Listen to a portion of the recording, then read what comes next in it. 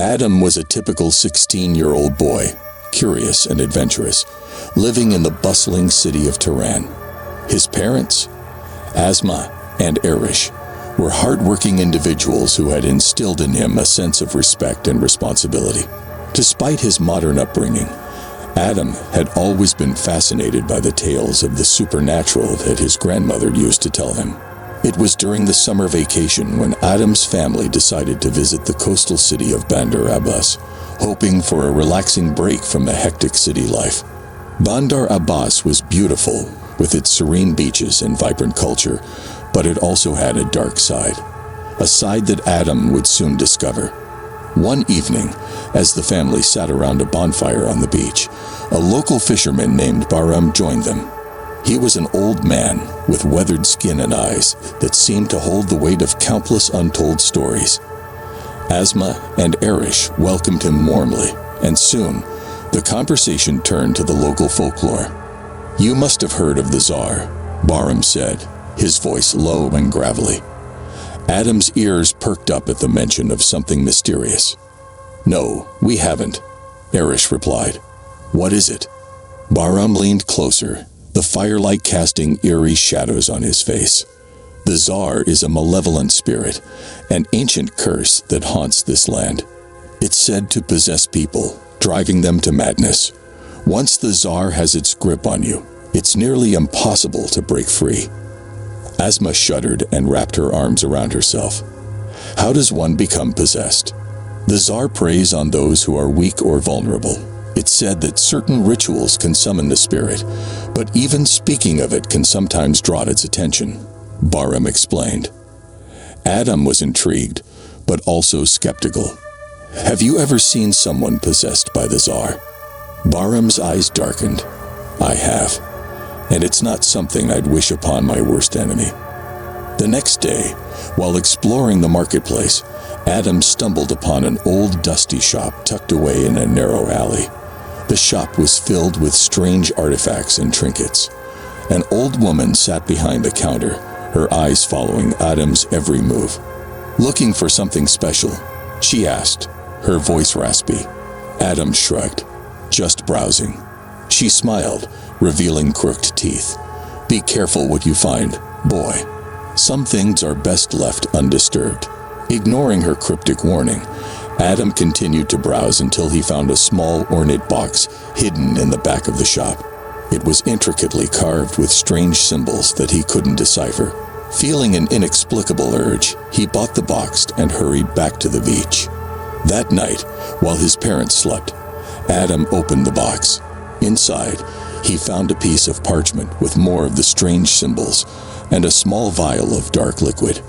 The moment he touched the parchment, a chill ran down his spine, and the air around him seemed to grow colder. Suddenly, he felt a presence, an invisible force pressing down on him. His vision blurred, and he heard whispers, unintelligible at first, but gradually becoming clearer. They spoke of darkness, of pain, and of the Tsar.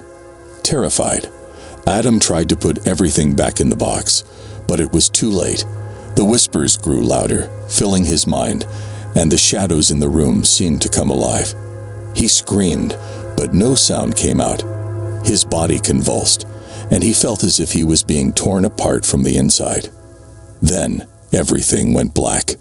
When Aadam woke up, it was morning. He was lying on the floor, the box and its contents scattered around him. His head throbbed, and he felt an overwhelming sense of dread. He tried to tell his parents what had happened, but they dismissed it as a bad dream. Over the next few days, Aadam's behavior began to change. He became withdrawn, his eyes vacant and hollow. He heard the whispers constantly now, urging him to do things, terrible things. He resisted at first, but the Tsar's hold on him grew stronger each day.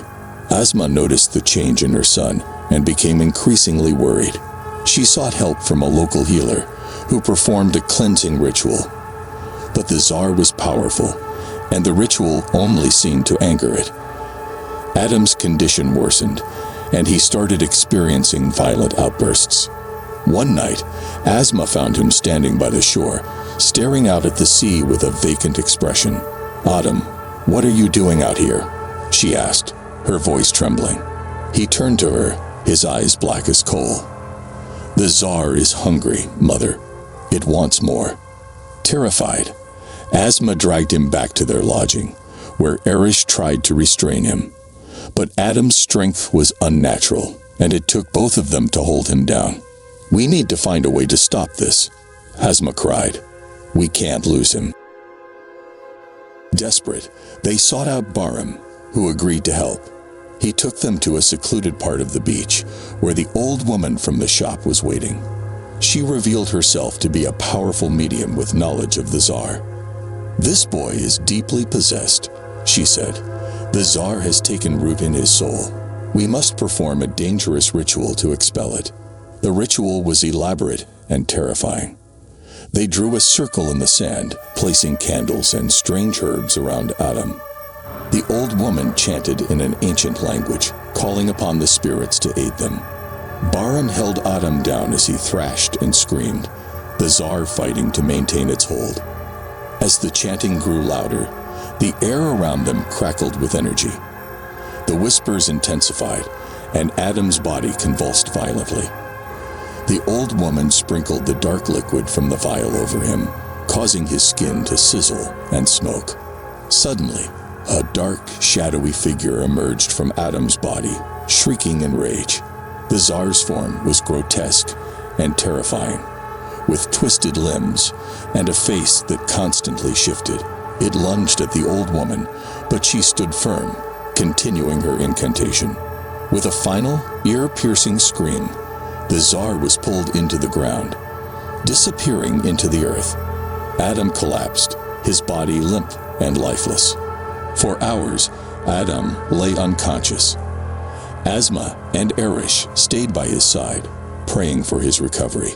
When he finally woke, his eyes were clear, and the whispers were gone. The old woman approached them, her face lined with exhaustion. "The Tsar has been banished, but the scars will remain. He must be careful, for the Tsar's influence lingers." Aadam nodded weakly, grateful to be free, but forever changed by the experience. The family returned to Tehran, carrying the weight of their ordeal with them. In the years that followed, Aadam often thought about that summer.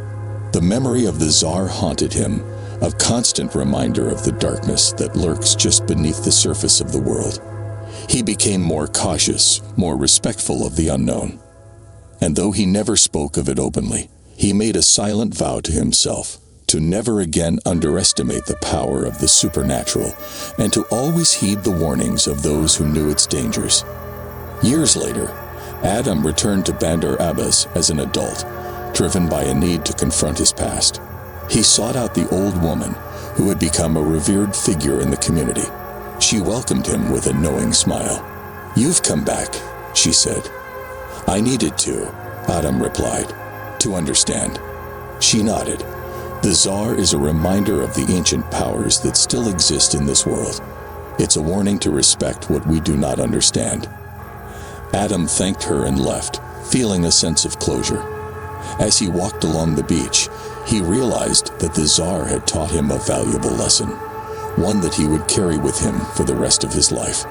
The legend of the Tsar remained, a dark tale whispered among the locals.